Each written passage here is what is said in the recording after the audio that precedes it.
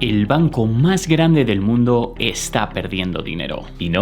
no estamos hablando de que estén perdiendo cantidades pequeñas, sino de miles de millones de dólares a un ritmo demasiado rápido. Y por si no sabes quién va a acabar pagando todo esto, te lo digo yo. Todos nosotros. Algo que no solo repercutiría en las economías mundiales, sino que probablemente acabemos notándolo en nuestro portafolio de criptomonedas y Bitcoin. En el vídeo de hoy vamos a analizar por qué el banco más grande del mundo está perdiendo una cantidad de dinero increíble, cómo nos podría acabar afectando a todos nosotros y al final pues sí acabará reflejándose en el precio de Bitcoin y el mercado de las criptomonedas de una u otra manera. Pero antes de empezar, recuerda que este vídeo no es una recomendación de compra o inversión, que tienes que hacer tu propio análisis y estudio y nunca invertir un dinero que no te puedas permitir perder. Y tampoco te olvides, como no, de destrozar el botón me gusta para que nuestra comunidad pueda seguir creciendo.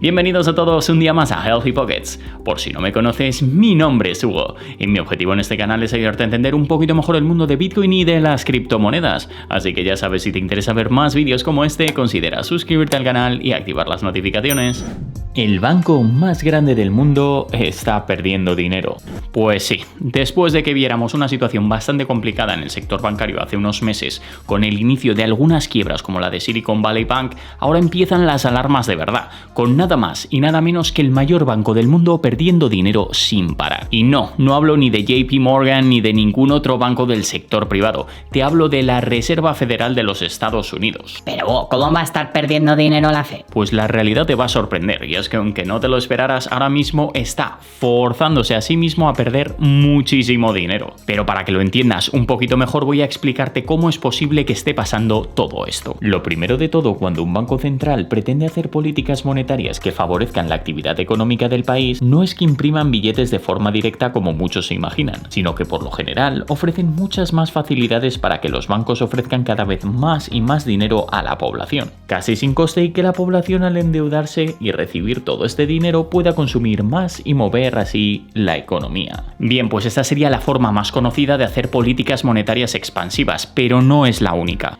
Y es que también es muy común, y sobre todo en los últimos años, que los bancos centrales compren la propia deuda soberana de su país, para así inyectar de forma directa dinero en la economía, es decir, liquidez en los bancos que acabará en manos de la población para seguir consumiendo. Pues esto es lo que han estado haciendo los bancos centrales durante la última etapa expansiva, destacando sobre todo la Reserva Federal de los Estados Unidos desde la pandemia, algo que se refleja en el balance de la Fed, que ha experimentado durante esta etapa una subida explosiva que ha llenado de dinero literalmente la economía y los mercados. Pero el problema de todo esto es que esa deuda soberana que ha ido comprando la Reserva Federal paga unos intereses de media en torno al 2%. ¿Y por qué esto es malo, Hugo? Pues por una sencilla razón, y es que ahora mismo la Reserva Federal estaría pagando un interés mucho mayor a cambio de ese mismo 2%, por lo que al fin de cuentas, pues digamos que en términos netos está perdiendo muchísimo dinero. Y esto es porque ahora la Reserva Federal de los Estados Unidos ha estado subiendo los tipos de interés a lo loco para intentar controlar la inflación.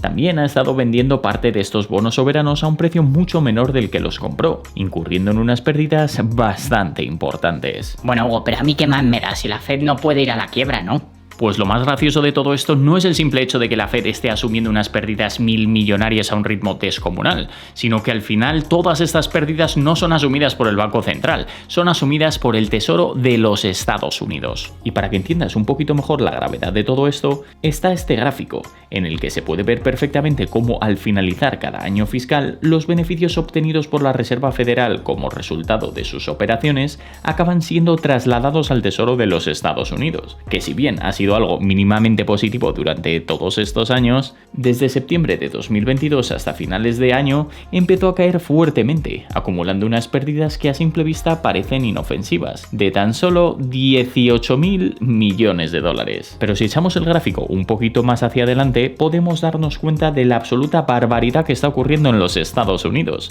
donde la Reserva Federal lleva acumulando nada más y nada menos que 105.000 millones en pérdidas, que al final del año fiscal, es decir, hace pocos días, han pasado a las cuentas del Tesoro de los Estados Unidos. Y bien, todo esto podría tener un final bastante complicado que nos afectaría gravemente a absolutamente todos, incluidos aquellos que vivimos al otro lado del charco. ¿Qué posibles consecuencias tendría todo esto? Como ya hemos visto, la cosa en Estados Unidos no pinta muy bien, teniendo una cantidad de pérdidas gigantesca que va a tener que asumir el Tesoro y con un futuro bastante complicado por delante, donde la deuda nacional no para de subir día tras día, habiendo sobrepasado recientemente la marca de los 33 billones de dólares, una auténtica barbaridad. Pero lo peor de todo esto no es el mero hecho de que el gobierno estadounidense se esté endeudando a un ritmo alocado, sino que la diferencia que hay entre los gastos y los ingresos fiscales, es decir, el déficit fiscal, se está disparando de una forma casi absurda, contando ya con casi 1.8 billones de déficit, y desde luego no tiene pinta de pisar freno en ningún momento cercano. Algo que, contrastado a la capacidad económica y productiva del país, es decir, al Producto Interior Bruto, no sería ni de lejos suficiente para cubrir toda la deuda, situándose en un ratio actual por encima del 120% sobre el PIB. Y es que estas cifras no son demasiado bonitas, pero desde luego lo que sí que preocupa a toda la población estadounidense es cómo se está intentando atajar este problema. Habiendo eliminado el techo de deuda hace unos pocos meses, abriendo las puertas a una etapa de endeudamiento masivo por parte del gobierno,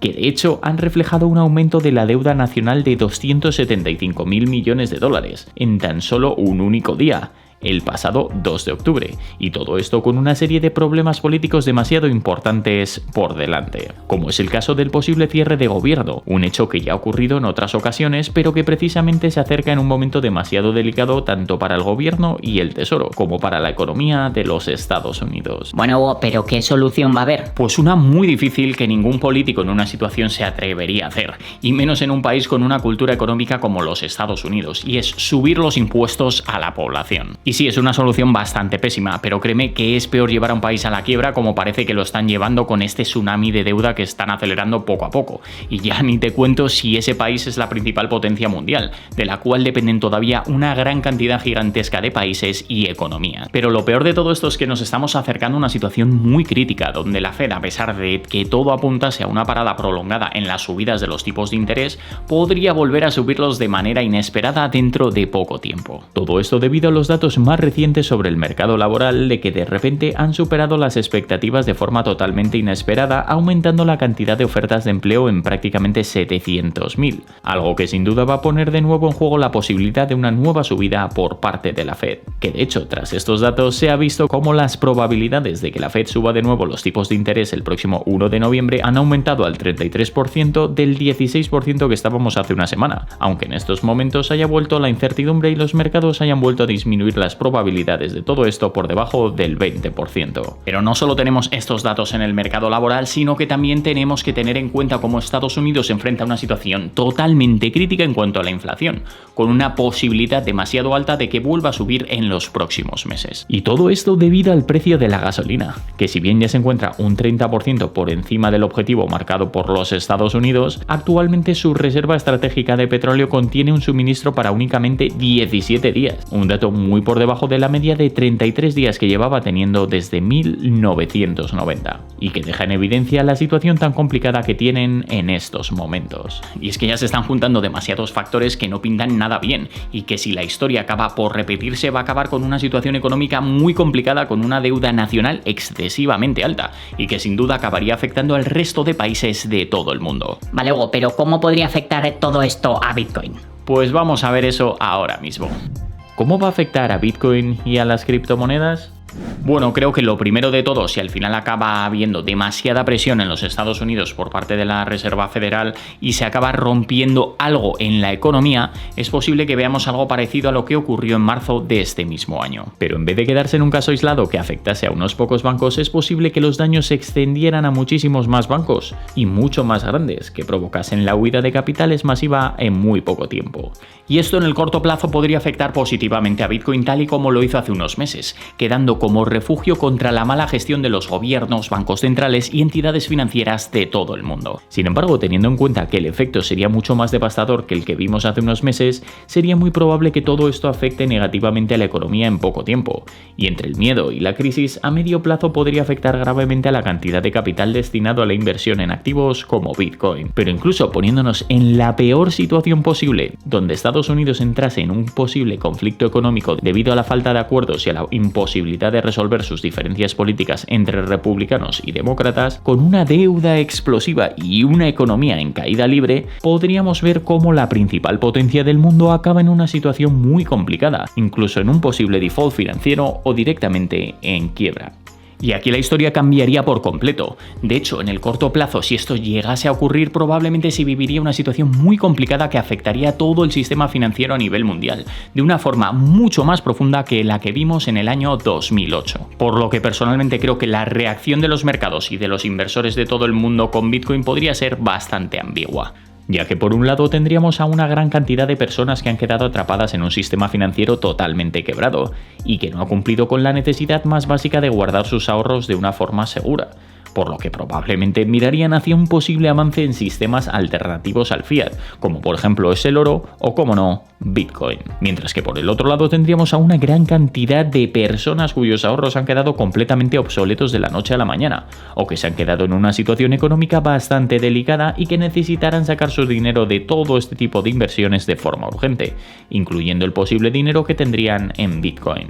Es decir, que esto podría afectar positivamente o negativamente al precio de Bitcoin dependiendo de cómo sería visto este activo por aquel entonces. Si bien como una inversión especulativa por la que habría fuga de capitales inmensa, o bien como un refugio contra el sistema fiat y el tsunami de deuda provocado por los Estados Unidos, lo que provocaría un aumento importante en la capitalización y en el precio de Bitcoin. Sin embargo, creo que en el caso del resto de criptomonedas el escenario sería muy pero que muy diferente. Y es que para ver una comparativa podríamos analizar lo que pasó a corto plazo cuando Silicon Valley Bank colapsó en marzo, teniendo que tanto Bitcoin como Ethereum cayeron hasta un 9% en los 2 días siguientes. Mientras que en poco tiempo, si bien ambas subieron de forma simultánea, la realidad es que hubo una cantidad de capital destinado a Bitcoin mucho mayor durante los siguientes días, marcando una diferencia importante a partir de los 9 días y dejando a Bitcoin como claro preferido por sus fundamentales. Entonces, y por resumir, creo que ante un escenario como este lo más probable es que Bitcoin sea la única o de las pocas criptomonedas capaces de aguantar una situación parecida.